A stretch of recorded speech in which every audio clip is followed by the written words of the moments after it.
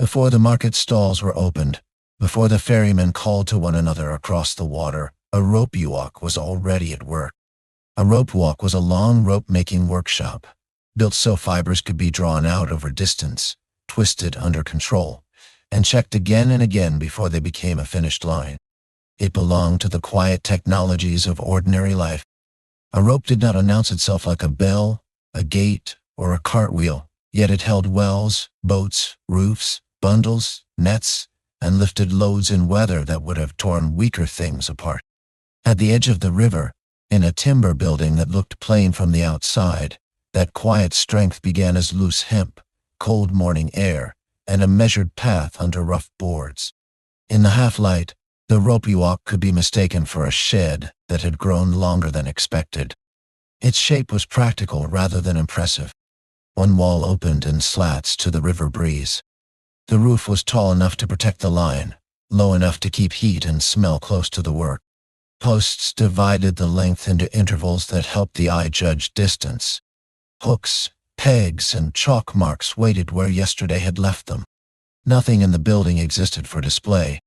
Length was its first tool. Rope needed distance to be drawn out straight, and straightness had to be protected from haste. The building therefore acted like a ruler, a corridor of labor, and a patient argument in favor of exactness. The first bundles of hemp looked almost unimpressive when they were set down. They were pale, rough, and dusty, with bits of fields still clinging to them. Yet this dry fiber was the beginning of something cities depended on without much thought. A line for a ferry, a hauling rope for barrels, a cord for tying grain, a thicker length for lifting timber. All of them began in material that could still be scattered by an impatient hand. That contrast mattered.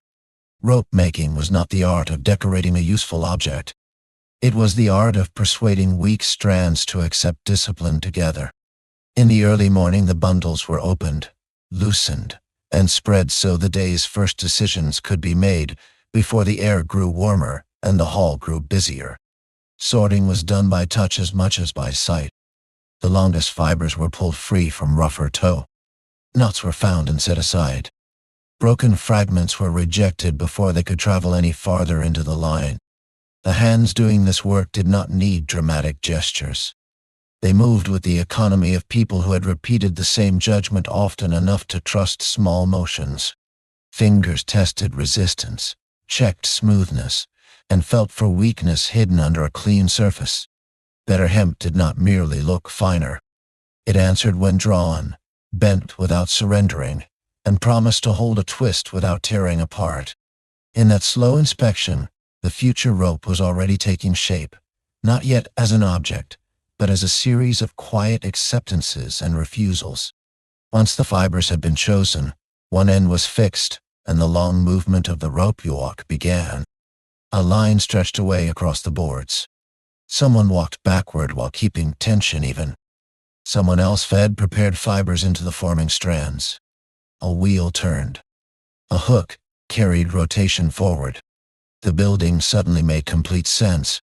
Without that long path, the strands would bunch, snag, or lie to the eye about their straightness.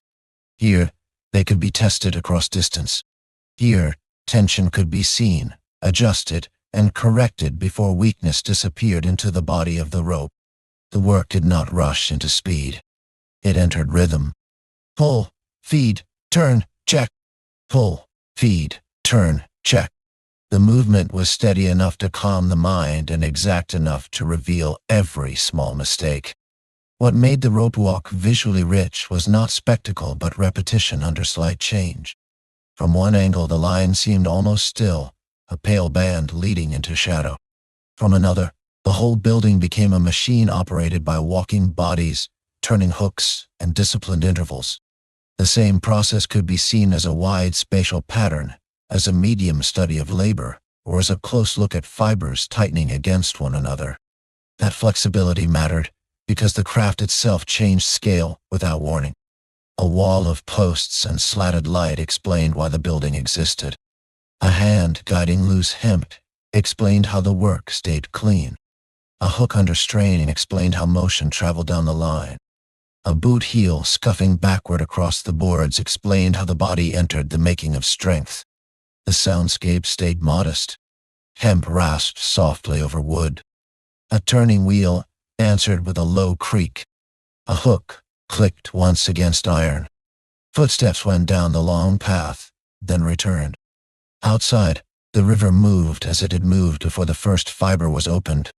That steadiness helped define the work. Rope making did not demand theatrical noise. It demanded sustained attention. Even the dust had a role. Dust rose where the morning light crossed the slats, briefly made the air visible, and then settled back into the grain of the boards. In another setting, such details might have seemed incidental. Here they marked the difference between a place where material merely passed through and a place where material was read, corrected, and given a future shape. Human presence was everywhere, but it did not need to gather around faces. Sleeves darkened by work, a forearm lifting fiber, a boot print where damp from the river had mixed with dust. These were enough to keep labor visible. The rope walk preserved gesture and traces. A coil hanging from a peg retained the curve of the hand that had lifted it. A chalk mark beside a post retained the judgment of a length measured earlier in the day. A section of polished board showed where feet had walked backward so often that wood itself remembered the path. This kind of evidence suited the subject better than portraiture would have done. Rope was made by bodies, but it also outlived the moment of handling. The building, therefore, carried labor in absence as well as in action. By the time the first several lengths had formed, the Ropewalk had already revealed its larger importance. Rope was one of the quiet technologies that held daily life together. It secured boats at the bank, kept cargo from shifting, held shutters in a storm, lowered buckets into wells, bound bundles to carts, and helped builders raise weight they could not carry in their arms. Towns depended on it without praising it very often. That made the craft historically interesting. Important work was not always loud work. Some of the most necessary objects disappeared into use so completely that their making seemed almost invisible. The Ropewalk existed to prevent that invisibility from becoming forgetfulness. It showed that a common line could contain measurement, weather, discipline, memory, and a whole day's accumulated patience. Different ropes asked for different decisions. A lighter line for tying sacks did not need the same body as a hauling rope for a quay.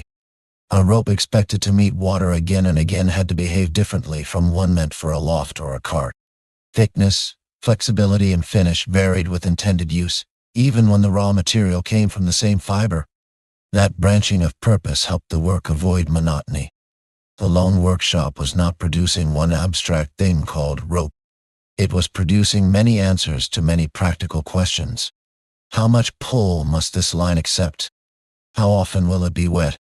Must it bend easily or stand up to steady strain?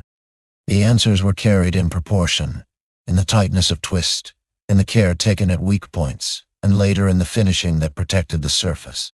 Weather entered the day without interrupting it. Damp morning air softened some fibers and made them cling more readily to one another. Drier air later in the day could make a strand draw sharper through the fingers. The open slats along the building admitted breeze, but they also admitted clues. Workers could tell from the feel of the material, and from the way dust floated, whether the day would require gentler handling or firmer correction. The rope walk was therefore not sealed off from the riverside world. It was tuned to it.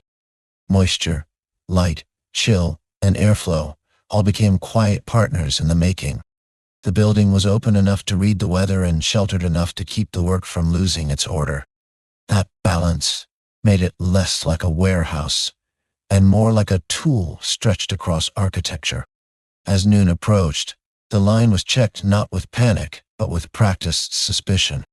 A section that had drawn too loose would betray itself in the hand before it failed under weight. A twist that had tightened too quickly would show its impatience by hardening unevenly. Corrections happened early, because early corrections were cheaper than later repairs. This gave the craft one of its most revealing qualities. It was never only about making. It was also about refusing error before error became permanent. A rope walk trained people to think ahead through touch. The hands at work were reading the future condition of a finished object while it was still only a forming line. Such foresight may sound abstract, yet in the workshop it lived in direct, ordinary motions. Pause, feel, loosen, draw, turn again. The wheel that fed twist into the strands was not a magical device. It mattered precisely because it was ordinary, understandable, and tied to the body. Motion entered the line through turning, but it became useful only when the rest of the workshop answered correctly. Hooks carried that motion. Posts kept the path legible. The long boards kept the distance honest. People walked, adjusted, and watched. Craft depended on coordination more than on drama. That fact opened another visual layer. The rope walk could be seen as a network. Wheel to hook, hook to strand, strand to hands, hands to footsteps, footsteps to floor marks, and all of it held within a structure built for repeated return. The more closely one looked, the more the building resembled a slow instrument for storing and directing force. Not every part of the day involved forming a new line. Some time belonged to finishing, and finishing changed the atmosphere of the workshop. A tar barrel or pitch pot held a darker smell than raw hemp did. When certain lengths were ready, the surface needed protection against damp, abrasion, and use. The application was controlled, never lavish. Finish was not added to make the rope handsome. It was added to help it survive contact with water, friction, sun, and handling. The visual world therefore shifted from pale fibers and chalk marks to darker sheen, thicker texture, and the slight stickiness of treated line. Even here, the lesson remained practical. Preservation was part of making. A useful object had to be imagined not only in the moment of completion, but in the harsher conditions waiting beyond the workshop. Finished lengths gathered in coils along the wall or on pegs where they could keep their order without tangling. Coiling was its own proof of success. A badly made line would resist a clean circle. A well-made one would settle with a certain obedience, not limp, not rigid, ready to be lifted again when called for. Coils also changed the emotional tone of the workshop. A stretched line felt active, extended, unresolved. A coil felt collected, decided, prepared. By this stage, the long path of the building had been folded back into a shape small enough to carry. That transformation was one of the rope walk's quiet marvels. Distance became portability.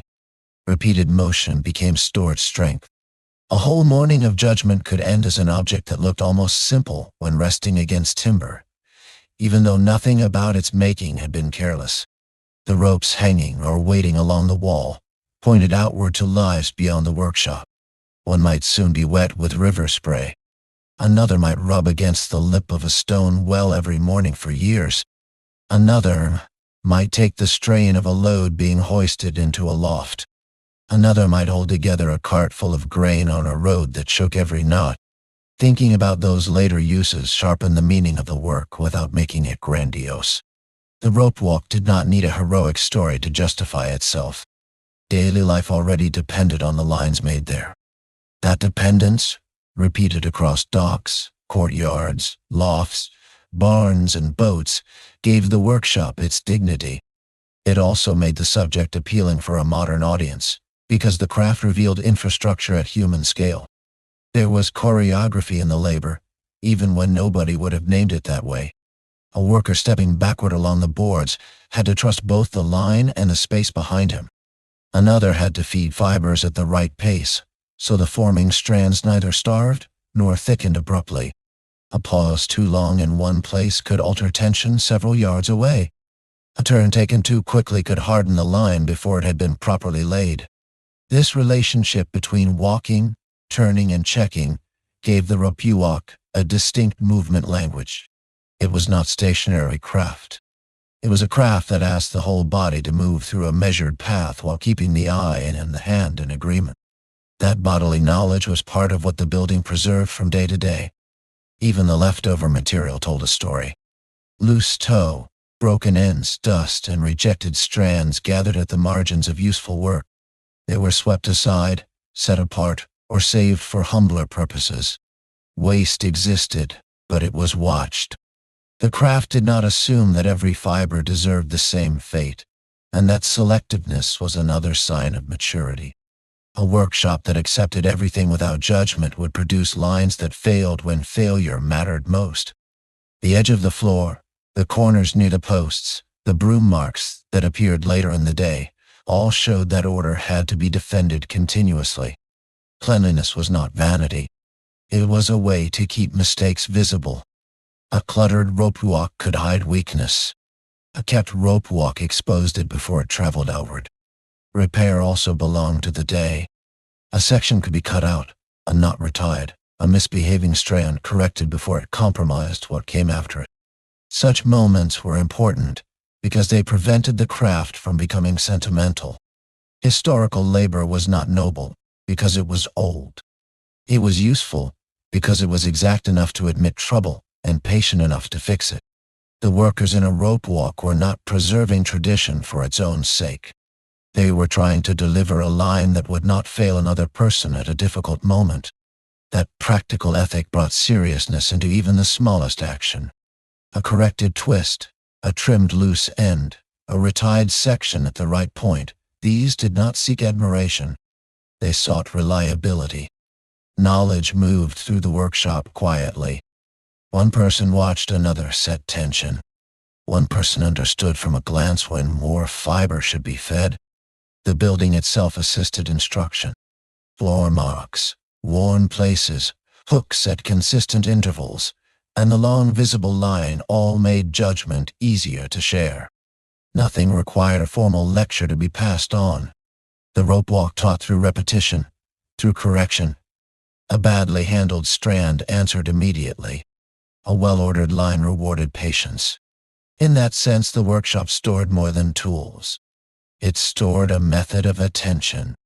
It trained the body to recognize proportion, sequence, and strain in ways that language alone could not carry. That made it a fitting subject for microhistory, because ordinary expertise often hides in spaces that appear plain. Chalk marks along the posts served more than one purpose.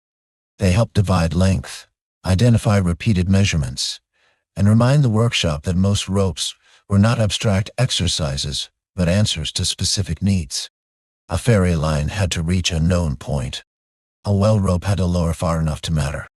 A binding cord had to wrap without wasting fiber that had taken time to prepare. Because of that, measurement in the ropewalk was always practical rather than mathematical for its own sake. The line was not being compared to an ideal drawing. It was being prepared for a future task that might take place on a riverbank, beside a stable, under a roof beam, or at the back of a cart. Chalk, posts, and repeated intervals turned those future needs into visible instructions. Not all fiber entered the same class of work. Better lengths were reserved for stronger, more demanding lines, while rougher material could be turned toward humbler cordage. That quiet sorting of value reveals another important part of the craft. Historical workshops often survived by using degrees rather than absolutes. Material was not simply good or bad. It was fit for one use, less fit for another, and rejected only when it could no longer be trusted at all. Even that logic changed the visual world. The finest strands lay straighter and cleaner in the hand. Coarser tow behaved with more resistance, offering a different texture, a different thickness, and a different pace of handling. A patient observer could therefore see not one process, but several related processes nested inside the same building. Tools also needed care if the rope itself was to remain trustworthy. A hook that ran roughly, a wheel that dragged, or a post that loosened at the wrong moment could spoil hours of measured work. So the day included small pauses in which hardware was checked, reset, or wiped clean.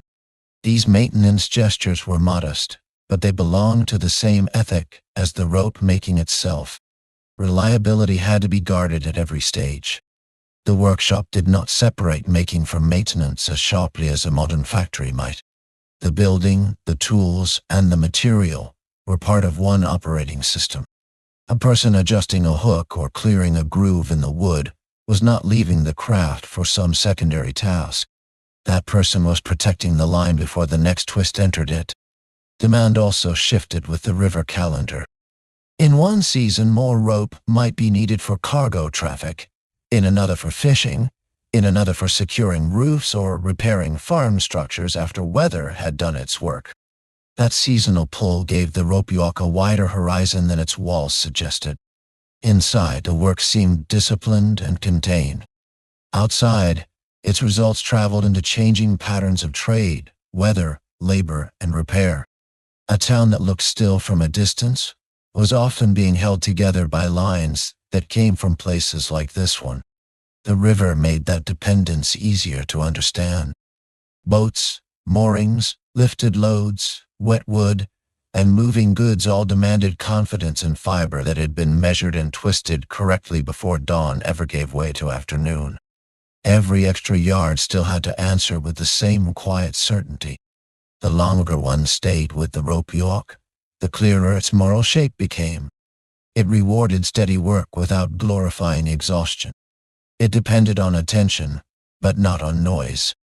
It allowed correction without embarrassment because correction was built into the logic of the place. In that sense, it offered a quiet model of historical competence. Useful things were made by people who noticed small problems early, respected material limits, and accepted repetition as the price of trust. That attitude may be one reason the subject feels so durable now. The building, the river, the fibers, and the slow-turning tools all point toward a kind of order that is neither luxurious nor severe. It is simply dependable.